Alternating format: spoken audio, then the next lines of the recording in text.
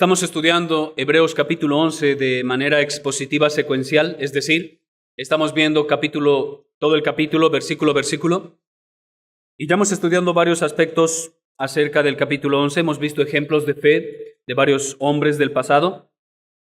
El autor de Hebreos, hablando del padre de la fe, toma varios versículos para hablar acerca de eso. Los versículos 8 al versículo 19 hablan de la fe de Abraham y habla de varios aspectos acerca de su fe. Sin embargo, cuando llegamos de los versículos 13 al 16, el autor nos presenta o hace un paréntesis. Este paréntesis es una meditación personal acerca de la fe de Abraham. En este paréntesis, él reflexiona profundamente acerca de Abraham y él va a hacer algunas inferencias. Es decir, en Génesis no dice explícitamente lo que ahora el autor aquí nos va a decir acerca de la fe de Abraham, pero inspirado por el Espíritu Santo, el autor de Hebreos, de los versículos 13 al 16, nos va a dar algunas meditaciones prácticas para la iglesia en relación a la fe de Abraham. En el versículo 13 nos habla acerca de 6 características de los verdaderos peregrinos, aquellos peregrinos que vamos en dirección a la patria celestial. Estas 6 características son particulares de los peregrinos y, sin embargo, debo decir que no son las únicas características de un cristiano. Él nos habla de 6. Sin embargo, si vemos el resto de las Escrituras, podríamos ver más características acerca de los peregrinos, pero nosotros estamos estudiando expositivamente Hebreos 11. Así que hablamos de las características que vemos en el versículo 13.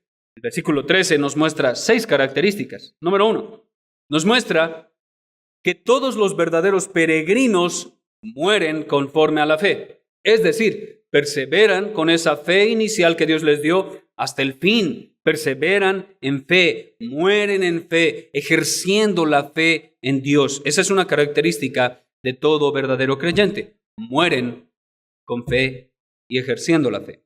En segundo lugar, la segunda característica en el versículo 13 es que en un sentido, aunque no reciben lo prometido por Dios, en un sentido, de forma plena, no ven nada de lo prometido. De todas maneras, su fe no se debilita por eso. Porque aunque no reciben lo prometido, tienen la esperanza plena, de que las promesas se cumplirán un día, incluso más allá de la muerte. Por eso, mueren en fe y aunque no reciben lo prometido, esperan que se cumpla. La tercera característica es que por la fe, un verdadero peregrino pone su mirada en aquello que es invisible. Pone su mirada en lo eterno y no en lo terrenal. No es lo pasajero aquello que llama su atención.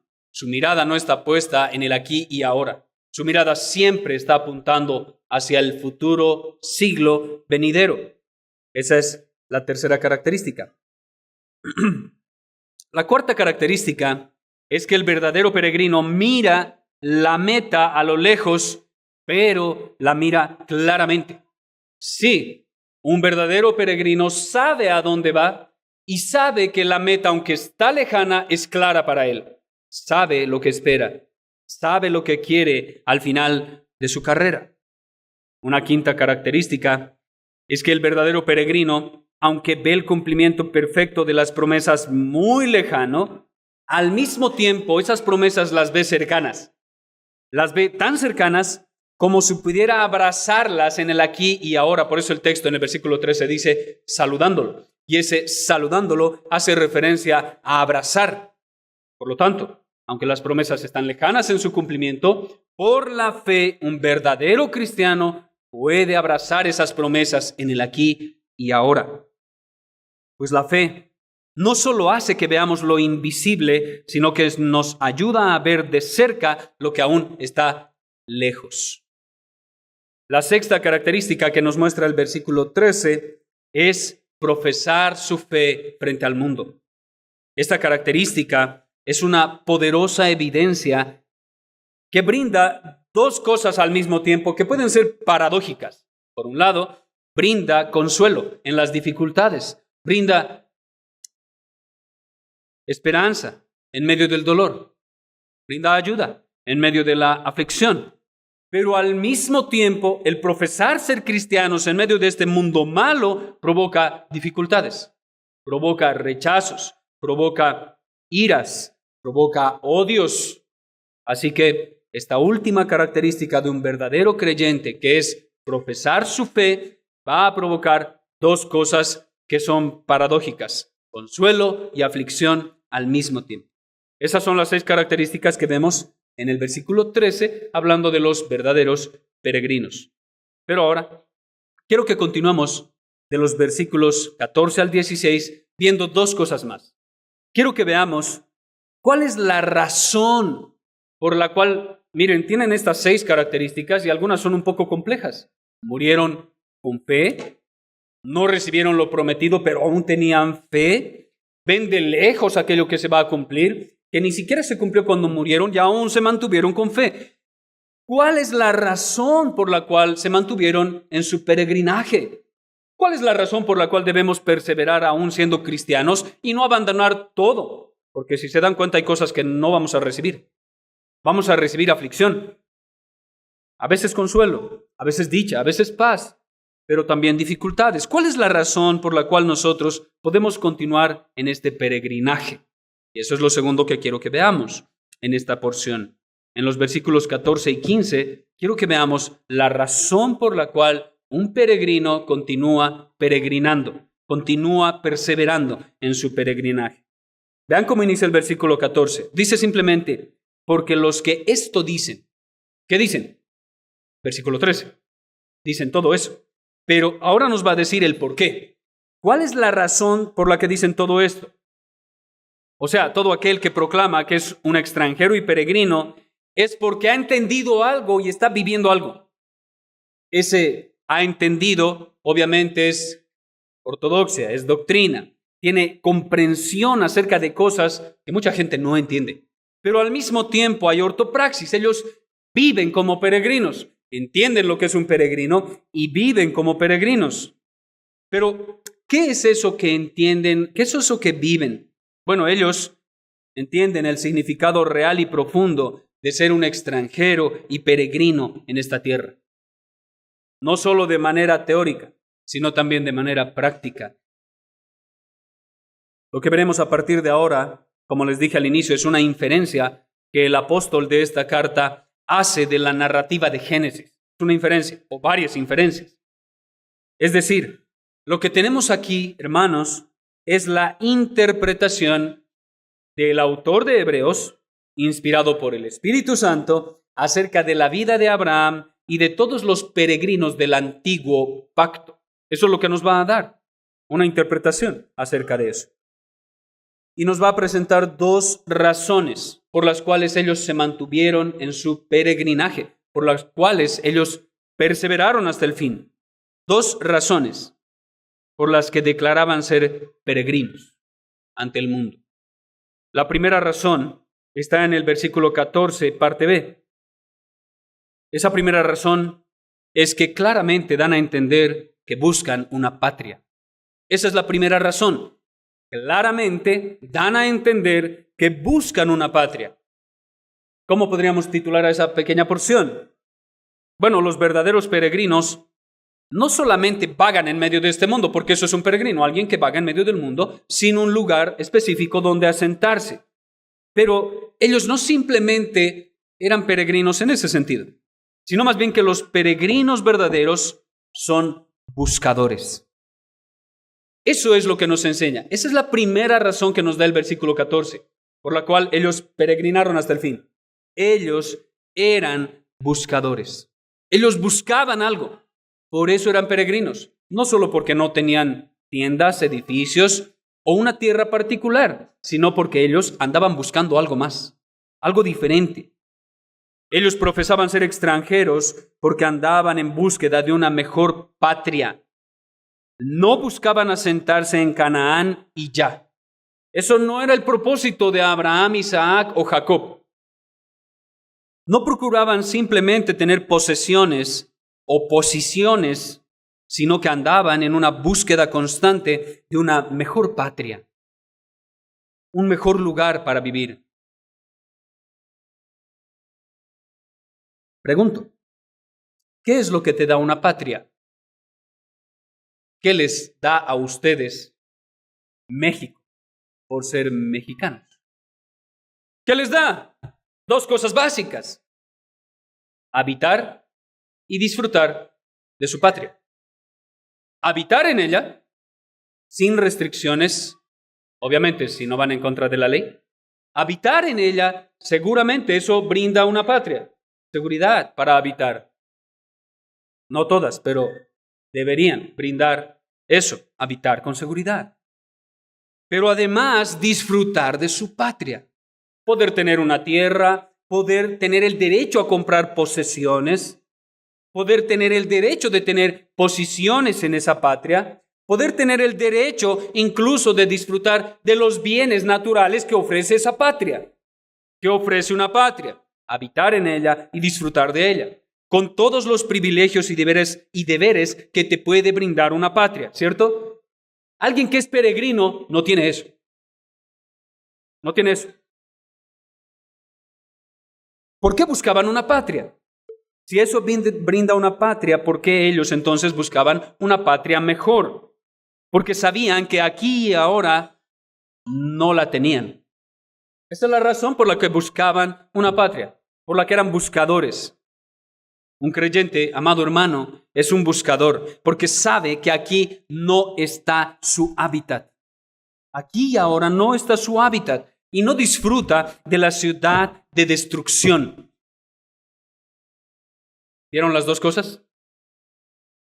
Estamos aquí. Pero estar aquí no es nuestro hábitat natural, por así decirlo. El creyente busca una mejor patria, porque además no disfruta de esta patria actual.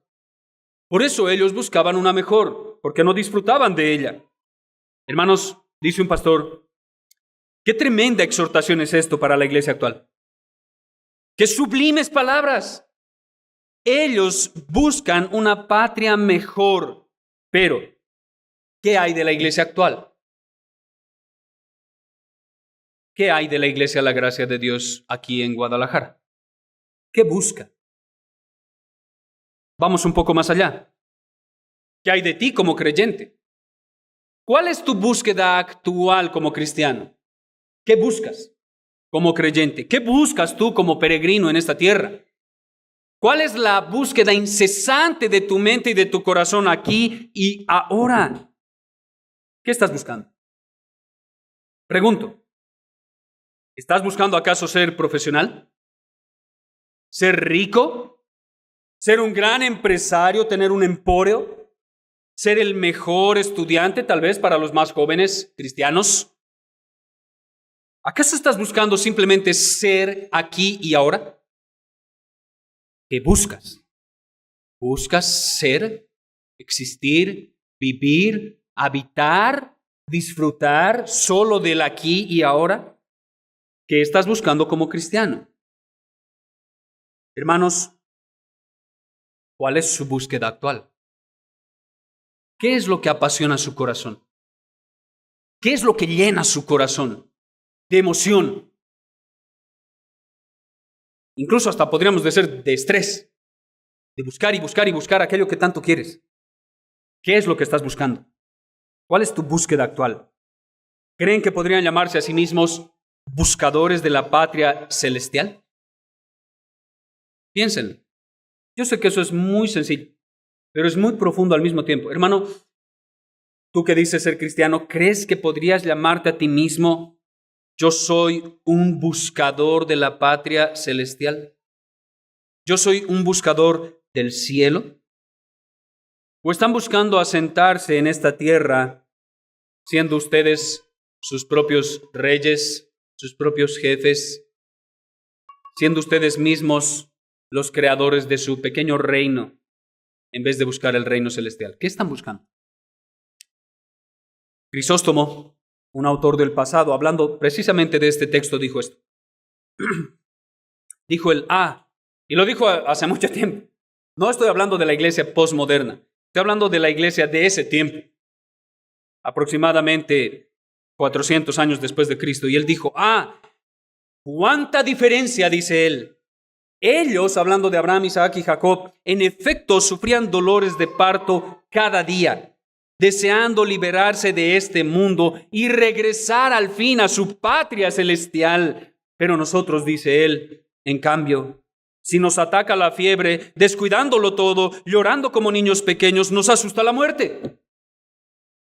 Continúa diciendo Crisóstomo, no sin razón nos afecta todo esto. Pues como no vivimos aquí como extranjeros, ni como si volviéramos a nuestro país, sino como ciudadanos del presente, nos afligimos cuando deberíamos alegrarnos.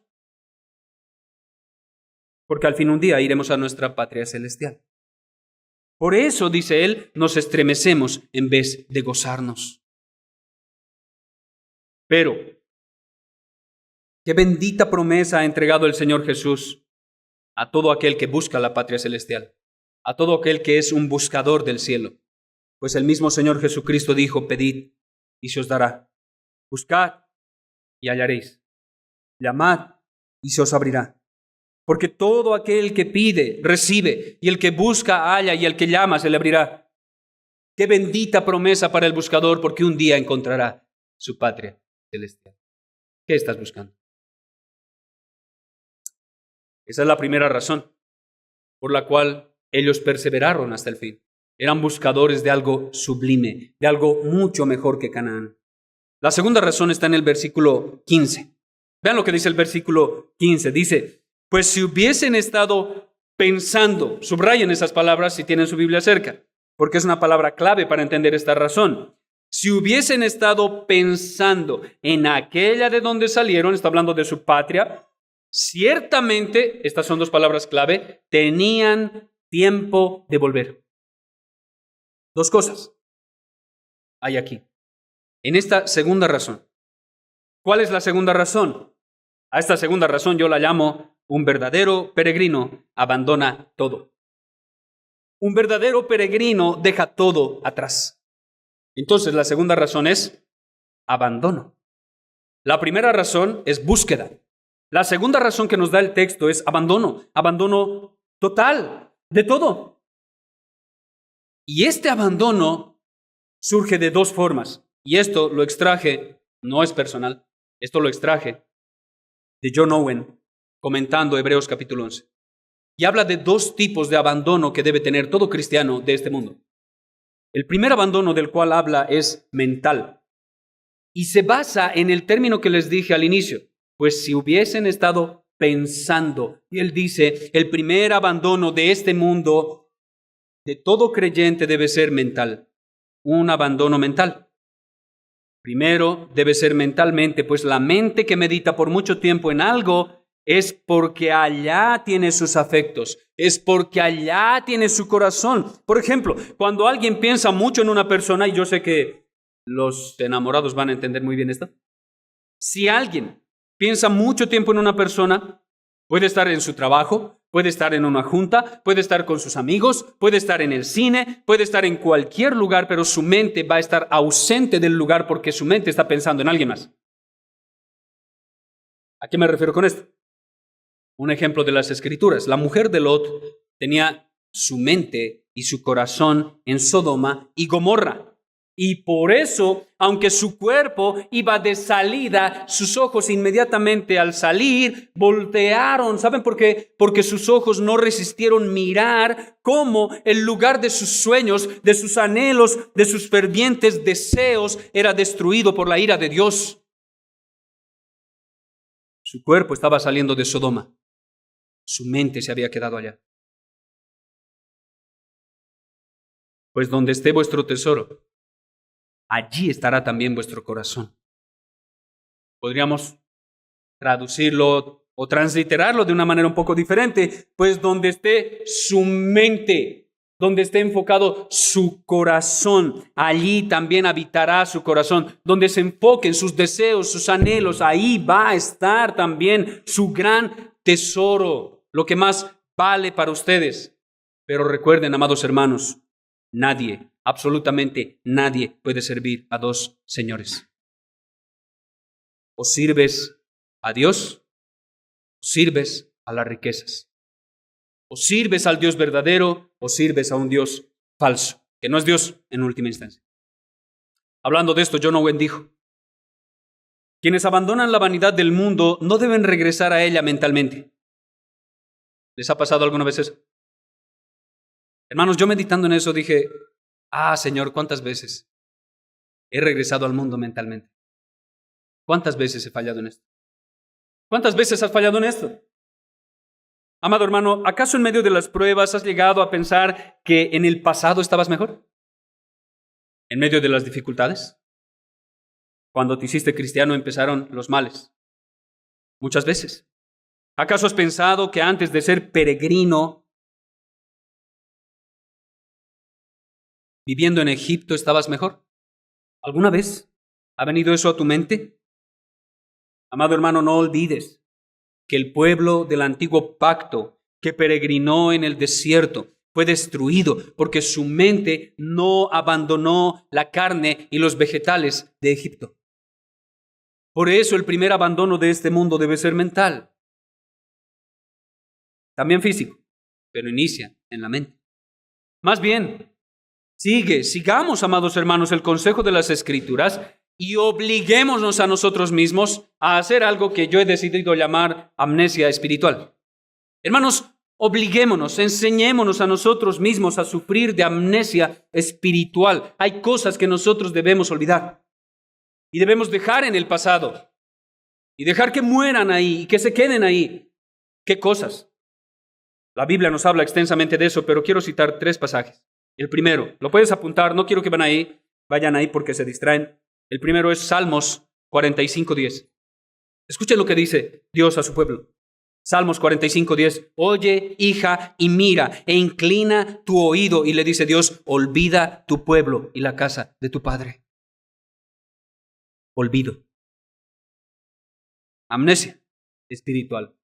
Olvida tu pueblo y la casa de tu padre, porque muchas veces ese tipo de cosas son ídolos en nuestra mente. Debemos dejarlos atrás. Otro texto, Lucas 9:62. Lucas 9:62. Y Jesús le dijo: ninguno que poniendo su mano en el arado mira hacia atrás es apto para el reino de Dios. Oh, amado hermano, si el Señor te ha llamado y has puesto tu mano en el arado, no es tiempo de mirar atrás. Porque no serías apto para el reino de Dios, serías desechado por Dios. Hay cosas que deben quedar atrás.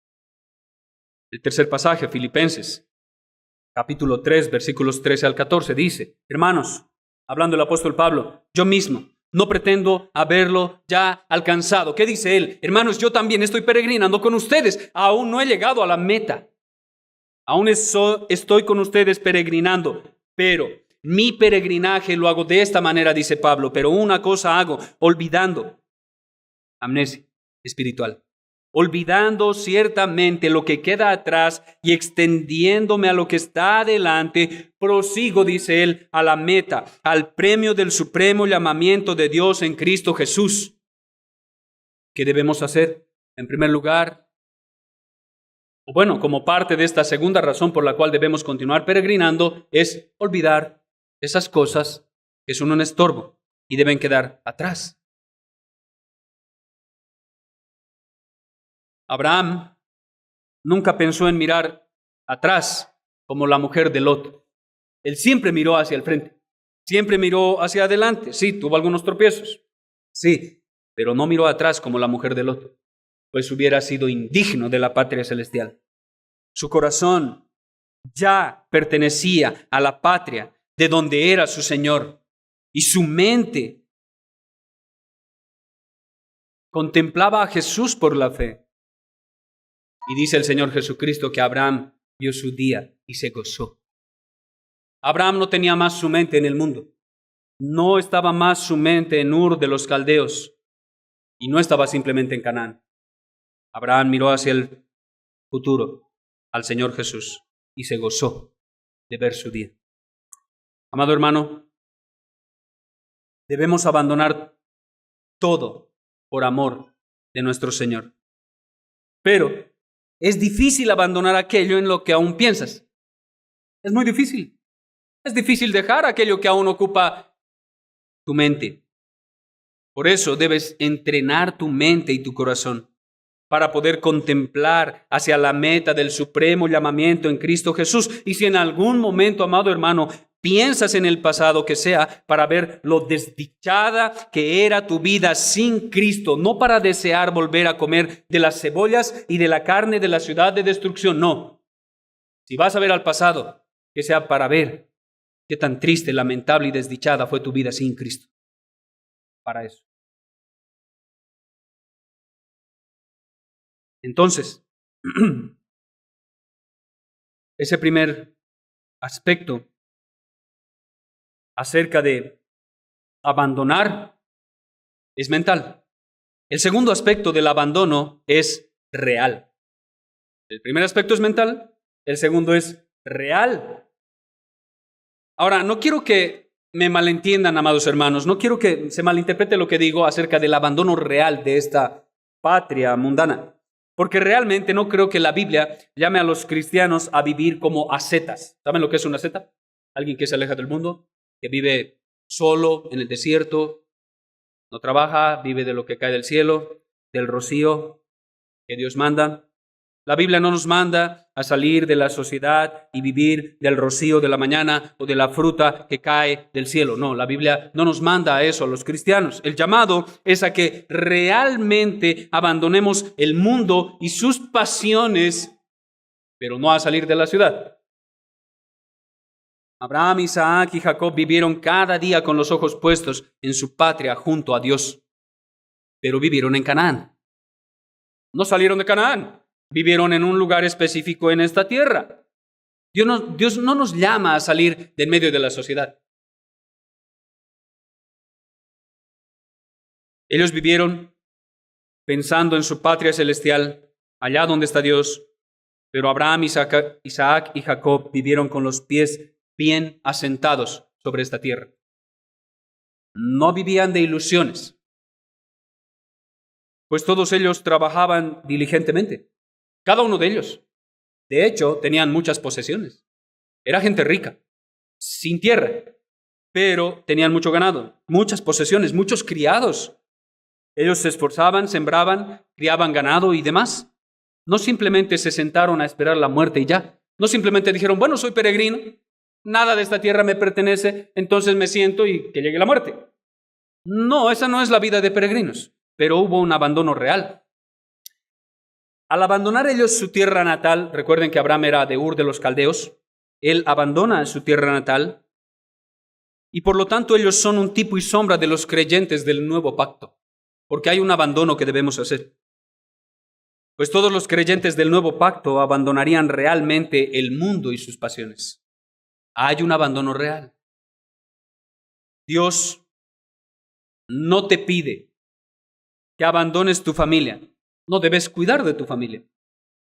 No te pide que abandones tu entorno. Debes mantenerte en tu entorno y ser luz y sal en medio de tu entorno. No debes abandonar la cultura, aunque debes ser contracultura. No vamos con la corriente, vamos en contra de ella. Este abandono real tiene que ver con abandonar el pecado, con abandonar tus pasiones pecaminosas, las tentaciones y sus deleites impíos que van en contra de Dios y su Santo Espíritu. Ese es el punto del abandono. Abandona tu pecado. Esas son las cosas que quedan atrás. Abandona ese viejo hombre que se deleitaba simplemente en las cosas de este mundo. Escuchen cómo lo presenta Pablo en Romanos capítulo 8, porque dice lo mismo en otras palabras. Escuchen lo que dice Romanos 8, versículos 4 al 6. Dice, hablando de los cristianos, no andamos conforme a la carne. Eso es lo que abandonamos. No andamos conforme a la carne, sino conforme al Espíritu. Porque los que son de la carne piensan en las cosas de la carne, pero los que son del Espíritu en las cosas del Espíritu. ¿Por qué? Porque el ocuparse de la carne es ¿qué? Muerte. Eso es lo que abandonamos. Ya no nos ocupamos más de la carne, porque el ocuparse en la carne es muerte. Pero ocuparse del Espíritu es vida y paz. ¿Qué abandonamos? Los deleites carnales, el pecado que nos asedia todos los días. ¿Y a qué nos aferramos? Al andar espiritualmente, porque eso nos va a dar vida y paz. Ahora, escuchen lo que dijo nuevamente John Owen acerca de esto. Él dijo, cuando los corazones y las mentes de los creyentes se fijan en las cosas espirituales y celestiales, como las suyas, esto, y escuchen bien, esto los liberará del apego desordenado a cosas que de otro modo serían muy deseables, muy codiciables. ¿Y qué cosas son las cosas tan deseables que antes nos gustaban? Tal vez para unos adquirir posesiones, tal vez para otros adquirir mujeres, tal vez para otros adquirir hombres, tal vez para otros adquirir bienes, tal vez para otros adquirir belleza. Todas esas cosas, dice él, son deseables, claro que sí, para la carne, y se enfocan en ella y solo en ella. Pero aquellos que son espirituales se enfocan en cosas espirituales sin descuidar esas cosas. Trabajar no es malo. Cuidar el cuerpo y la salud no es malo, pero no es nuestro enfoque. Hermanos, dos razones por las cuales podemos mantenernos firmes hasta el fin en nuestro peregrinar. La primera es que nosotros, amados hermanos, como peregrinos en esta tierra, somos buscadores. La segunda, abandonamos todo por Cristo y obedecemos a su llamado. Toma tu cruz y sígueme. Y eso nos guía a otro aspecto en el versículo 16, y es el anhelo de los peregrinos. Dos razones por las que se mantuvieron en su peregrinar, pero ahora hay un anhelo ferviente que estuvo en ellos durante todo ese tiempo. ¿Cuál es el anhelo de los peregrinos? Versículo 16. Vean lo que dice. Versículo 16 de Hebreos 11. Pero anhelaban una mejor. Ya sabemos que está hablando de una ciudad, de una patria. Anhelaban una mejor. Esto es celestial. Por lo cual, esto es increíble. Hermanos, dice el autor, haciendo una inferencia del texto, por lo cual Dios no se avergüenza de llamarse Dios de ellos, de Abraham, Isaac y Jacob. Y creo que se extiende a todo creyente. ¿Por qué? Porque les ha preparado una bendita, sublime y eterna ciudad para ellos, exclusivamente. Ahora, con este versículo el apóstol está respondiendo a una pregunta clave, hermanos, que quiero que esté en su mente. El versículo 16 responde a una pregunta clave. ¿Cuál es la pregunta? ¿Qué fue lo que los sostuvo a lo largo de su peregrinar? Sí, ya sabemos que ellos tenían dos razones. Eran buscadores y eran personas que abandonaron todo lo demás. ¿Pero qué los sostuvo? O sea, ¿cuál fue esa razón detrás de las dos razones? ¿Cuál fue el cimiento por el cual se sostuvieron hasta el fin, perseverando? La respuesta a esto es doble. Por lo menos el autor nos da dos respuestas a esta pregunta clave. Y tal vez a primera vista no lo perciban, pero este versículo es muy particular. El versículo 16 tiene una estructura muy particular y creo que es muy judía y como no somos judíos se nos escapa. Pero la estructura es la siguiente. El autor, al presentar estas dos razones o esta respuesta doble, nos la presenta de manera particular. Y es que presenta razón 1 e inmediatamente presenta la razón 2. Pero la razón 1 tiene,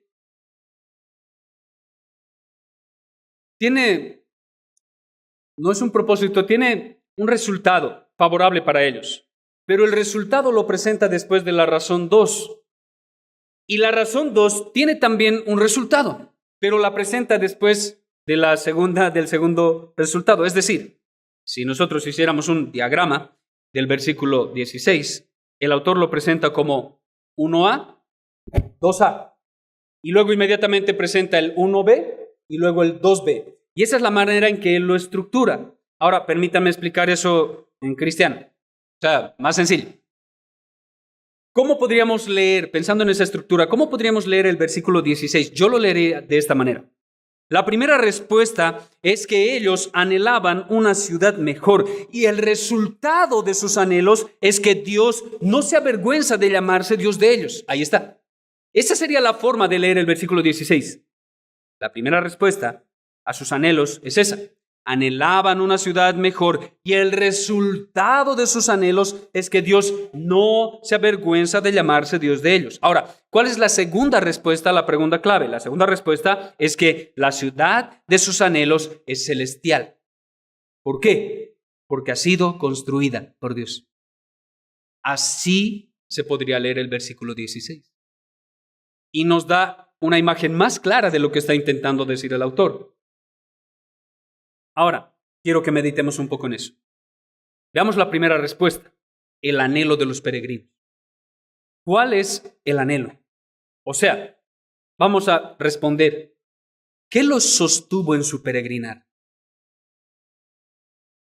¿Cuál fue el motor que impulsó cada día de sus vidas para al fin llegar a la patria celestial? ¿Cuál fue ese motor? Bueno, primero, la primera respuesta es el profundo anhelo que tenían en su corazón. Un anhelo puesto allí por Dios. Ese no es un anhelo que surge naturalmente de una persona. No, es un anhelo que Dios pone en el hombre. Un anhelo que antes no existía. Ellos antes estaban felices en el mundo. Si Dios no hubiera llamado a Abraham de Ur de los Caldeos, ahí hubiera estado feliz Abraham hasta el final de sus días, pero Dios lo llamó. Y al llamarlo le cambió los anhelos, los deseos. Ellos vivían sin esperanza y sin Dios, pero vivían felices sin esperanza y sin Dios, deleitosos, gozosos, porque no entendían la necesidad que realmente tenían. Pero Dios, diría Pablo, que es rico, abundante en misericordia, cambió sus anhelos.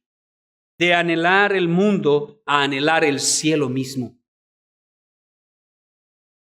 El término griego para anhelaban hace referencia no solo a un deseo interno, sino también a obras. Ese no es simplemente un deseo. No es simplemente un cambio en el sentimiento o en los afectos de las personas. Es también un cambio en sus hechos, en sus actos. Este es un deseo intenso que lleva a las personas a la acción. De eso está hablando aquí. Su deseo no fue simplemente, ay, quiero ir al cielo, quiero ir al cielo, quiero ir al cielo, pero sigo aquí en la tierra y no estoy haciendo nada para ir allá.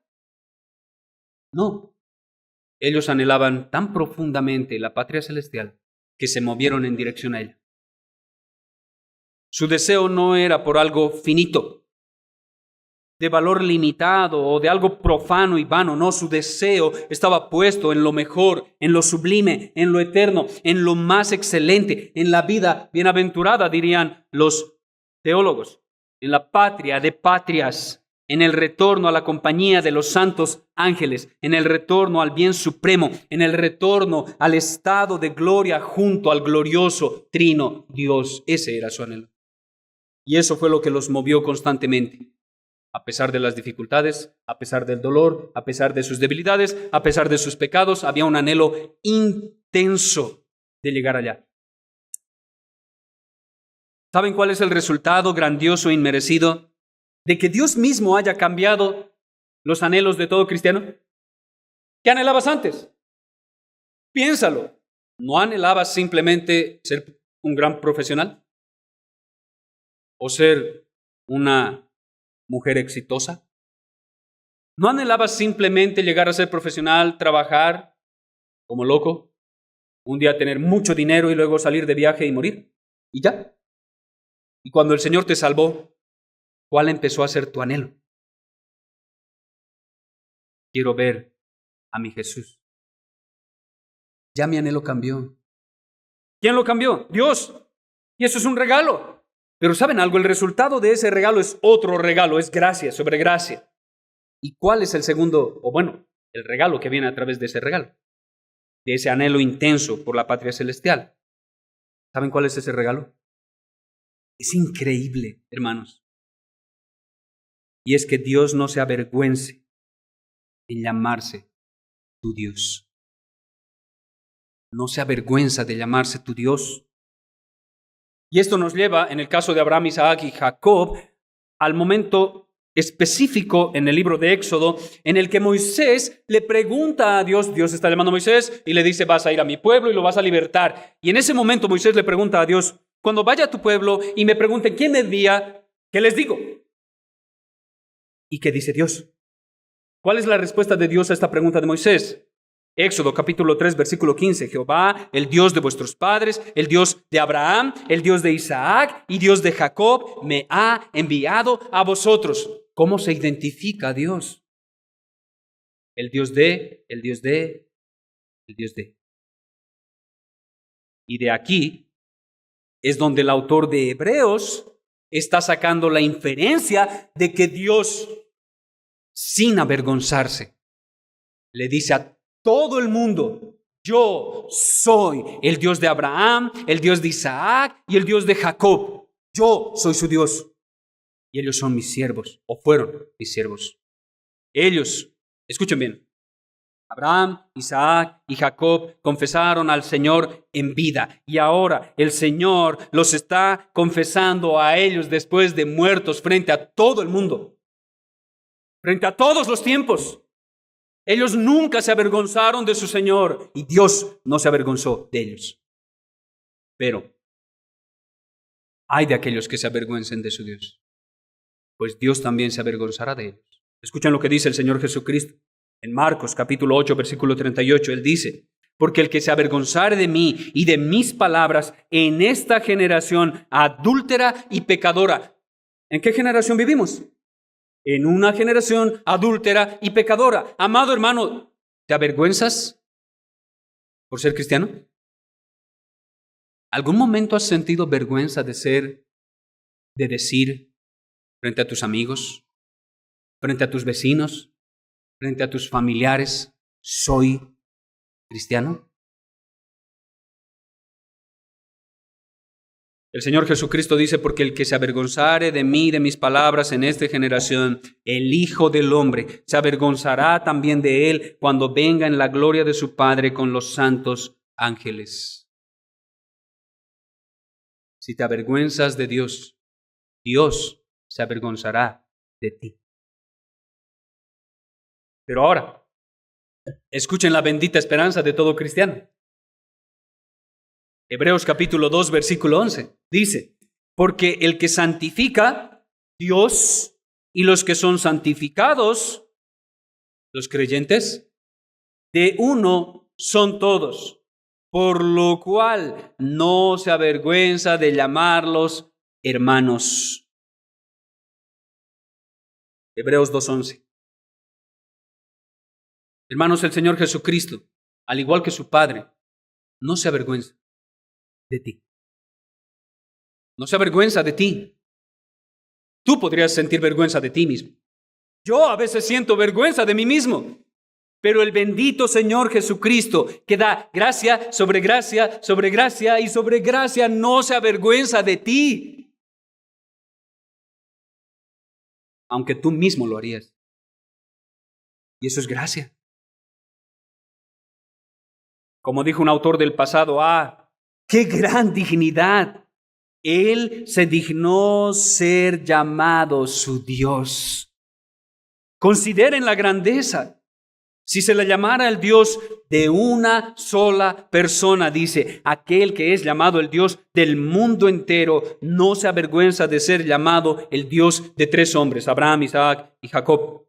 Y con razón, dice este autor, pues los santos inclinarían la balanza, no digo contra el mundo, sino contra 10,000 mundos. Porque un hombre que hace la voluntad del Señor es mejor que 10,000 transgresores.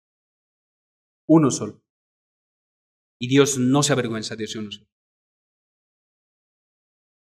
Meditando en esto, escribí lo siguiente y se los quiero leer. Por eso, el mismo Señor Jesús dice que donde están 2 o 3 reunidos en su nombre, allá está su presencia especial. Pues 3 piadosos son mejores que 3,000 impíos reunidos en una secta para gloria de su egocentrismo. Dios, hermanos, no se avergüenza de morar, de habitar especialmente y deleitarse incluso entre 2 o 3 piadosos. Pues no se agrada en la cantidad, sino en la calidad de aquellos que se reúnen en su nombre. No en la cantidad, sino en la calidad de ellos. Hermanos, el lugar en el cual las personas se encuentran podría ser el templo más hermoso que existe sobre la faz de la tierra, con pilares de piedra tallada a mano durante cientos de años. Podría ser un templo con puertas de cedro increíbles, adornadas con oro y plata. Podría tener al interior candelabros de oro purísimo, gente vestida de ropa finísima y carísima, los más ilustres entre todos los hombres de esta tierra, pero si ninguno de ellos ha nacido de nuevo, entonces la presencia especial de Dios no está en esa reunión, y esa reunión causa en Dios vergüenza y desprecio. Pero, por otro lado, puede ser un pequeño templecito, sin mucho atractivo visual, gente vestida humildemente, o incluso podría estar en harapos, los más despreciados entre todos los hombres, tal vez sin mucho estudio, de muy poca fama y poco conocidos en el mundo, pero nacidos de nuevo.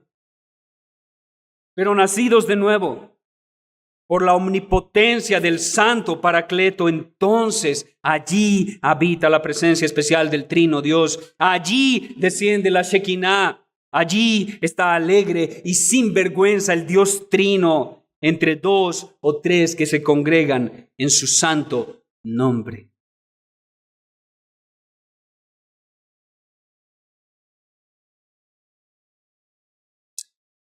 Oh, amados hermanos, qué increíble es este bendito regalo de que Dios cambie nuestros afectos y nuestros anhelos, ahora a anhelar la patria celestial, y que con eso venga el bendito regalo de que Dios diga: yo soy el Dios de Jeremías, yo soy el Dios de Pablo, yo soy el Dios de él y de él, yo soy su Dios. Y un día, Él mismo, ante todas las naciones, proclamará: yo soy su Dios.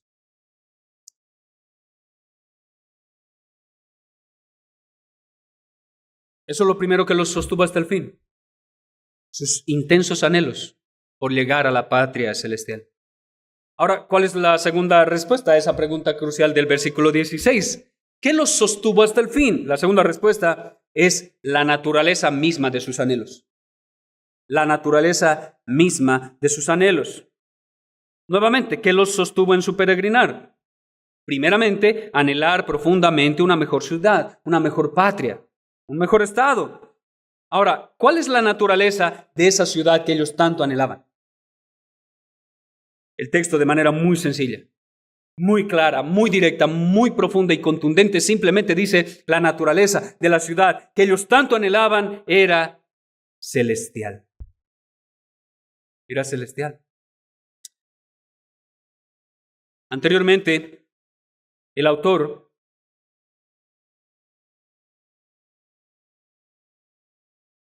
de Hebreos nos dijo que el arquitecto y constructor de esa ciudad es Dios.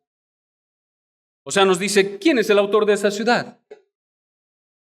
Y alguien podría decir: sí, de hecho, Dios es el autor de la tierra de Canaán, porque Dios la había construido por medio de los cananeos para su pueblo amado Israel. Pero ahora, para que no piensen en una tierra visible, el mismo autor de Hebreos les dice que esa ciudad no simplemente fue una ciudad preparada por Dios y su providencia. No, él les dice: no, esa ciudad es celestial. No se equivoquen. No anden pensando nuevamente en la Canaán terrenal, no. El autor de Hebreos quiere que sus mentes apunten al mismo lugar que la mente de Abraham estuvo centrada siempre, no en la Canaán terrenal, no en el lugar que luego empiezan a reinar reyes, no en el lugar en el cual reinó David. El autor de Hebreos quiere que se enfoquen en la patria en la cual también se había enfocado Abraham. Esa patria que no es de esta tierra. Una tierra que no es de esta tierra. Una ciudad que no fue creada por arquitectos y constructores de esta tierra. fue creada por Dios. Esa es la patria celestial. Esa es la ciudad de Dios. Y el anhelo ferviente de cada uno de ellos fue llegar a esa ciudad, la ciudad celestial. Por eso peregrinaron hasta el fin. La sustancia de esta ciudad no es piedra, no es tierra de este mundo, no es simplemente las cosas de esta tierra, no son paredes y calles hechas por manos de hombres. No, lo que ellos anhelaban y esperaban tiene naturaleza celestial. Son paredes y calles celestiales. Son piedras vivas que tienen a un arquitecto perfecto que está moldeando cada una de esas piedras para que por fin, un día, cada una de esas piedras pueda encajar perfectamente en esta bendita ciudad. Alguien podría preguntar, ¿y cómo sabes que la ciudad es celestial? Bueno, el autor es muy claro. Es celestial, pero aparte de eso, él añade algo. ¿Qué es lo que dice en el versículo 16? No solo dice que esta patria es celestial, también dice, ¿quién es el que la ha hecho? Él dice al final, porque les ha preparado una ciudad. Esa ciudad es celestial porque aquel que la construyó es divino. La ciudad es divina porque el autor de la ciudad es divino. Esa ciudad es la ciudad que anhelamos, amados hermanos. ¿Y qué dice la Biblia de esto? Oh, amados hermanos, podríamos predicar sermones y sermones acerca de esta ciudad. Pero de manera sencilla y para aplicarlo a nuestras vidas y meditar en esta ciudad, amados hermanos, recuerden que esa ciudad es una ciudad que no necesita más el sol y la luna. Porque el mismo Dios, que es nuestro Dios, será la luz refulgente allá. No necesitaremos más del calor del sol. No necesitaremos más de la luna y las estrellas para que le den equilibrio a los mares, para que no haya maremotos y destrucciones. Ya estará el Señor Jesucristo, iluminando por siempre nuestras vidas. Oh, amados hermanos, esa ciudad, la ciudad de Dios, es perfecta. Allá no entrará nada impuro. Por eso el Señor dice, santos seréis, porque santo soy yo, Jehová, vuestro Dios. Allá no habrá impurezas. Allá no habrá más pecados con los cuales pelear y luchar. Allá no habrá más enfermedades. Oh, qué terrible es la enfermedad, amados hermanos. Sí, cuando estamos sanos se nos olvida que estuvimos enfermos. Pero cuando cae la enfermedad, viene el llanto y el dolor. ¿Te imaginas un mundo sin enfermedad? Sin dolor, sin llanto a causa de eso. Bueno, la ciudad de Dios es ese tipo de ciudad. Y esa es la que anhelamos. Por eso cuando enfermamos, por un lado nos dolemos, pero por el otro nos podemos gozar. Y decir, oh, mi bendito Dios, yo sé que un día cuando esté en tu ciudad, la que tú construiste para mí de manera particular, nunca más me voy a doler por la enfermedad. Cuando vienen las pruebas por el pecado, podemos luchar contra el pecado, pero al mismo tiempo deleitarnos en Dios y decir un día, estaré en esa ciudad en la cual nunca, nunca, nunca más tendré que luchar con este maldito pecado que una y otra vez me tienta a caer e ir en contra de Dios, porque allá no habrá más pecado. Amado hermano,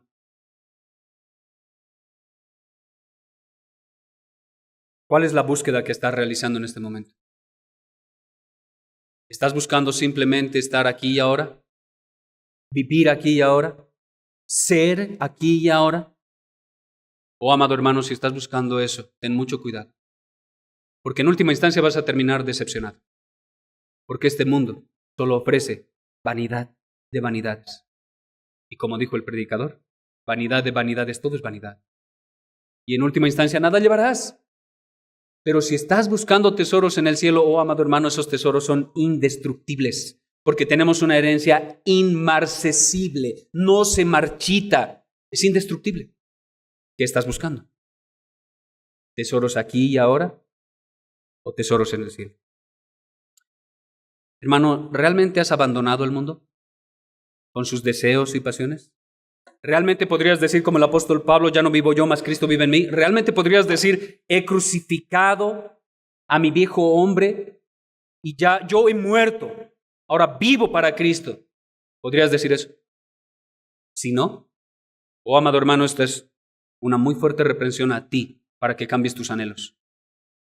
Porque si no anhelas la patria celestial y anhelas simplemente estar aquí y ahora, entonces, posiblemente tengas que analizar tu fe. Porque si no anhelas el cielo, ¿qué anhelas? Si no anhelas otra patria y solo anhelas esta, ¿qué anhelas? Anhelas cosas vanas. Amigo, por un lado hay una noticia muy mala para ti. Porque si no crees en Cristo, tú no has abandonado este mundo, tú te deleitas y vives en este mundo. Por otro lado, tus deseos y tus anhelos no son Cristo, no son su palabra, no son su iglesia, no es la patria celestial. Y tú sabes eso. Tus anhelos son simplemente vivir aquí y ahora, deleitarte a ti, vivir para tus placeres impíos y mundanos. Y esa es una muy mala noticia. Pero hay una muy, muy buena noticia detrás. Y es que hay alguien que puede cambiar tus afectos. Hay alguien que puede cambiar tu ciudadanía. De ser ciudadano de la ciudad de destrucción a ser ciudadano de la ciudad celestial. Amigo, ¿qué debes hacer para eso? Amigo, solo debes creer. Cree en el Señor Jesucristo. Cree en el autor y constructor de esa bendita ciudad y serás salvo. Y creyendo, tendrás vida eterna en su santo nombre. Y Él te podrá decir, como nos ha dicho a nosotros, me voy a prepararles un lugar para que donde yo esté, ustedes también estén conmigo. Vamos ahora.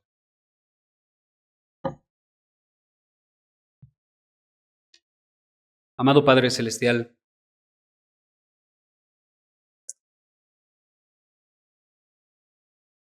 te damos gracias por hacernos peregrinos en esta tierra.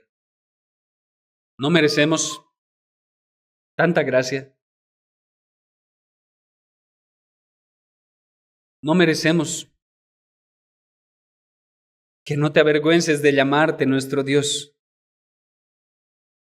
Y perdónanos porque muchas veces, de alguna manera, nos hemos sentido avergonzados de decir que somos tus hijos, de decir que somos cristianos. Oh bendito y trino Dios, perdónanos. Perdónanos de nuestros pecados y maldad y permítenos vivir profesando que somos hijos tuyos. Vivir confesando ante el mundo que tú eres el Dios verdadero y que nos has salvado. Permítenos vivir como Abraham, Isaac y Jacob. Y un día, cuando ya no estemos aquí, puedas tú mismo decir, yo soy su Dios. Oh, bendito Dios, te ruego que tu Espíritu Santo se haya deleitado y glorificado en salvar a aquellos que están en medio de nosotros que aún no creen en ti. Y que a pesar de las debilidades del predicador, se haya gloriado en salvar a los muchos. Te lo pido en el santo nombre de Jesucristo el Señor. Amén.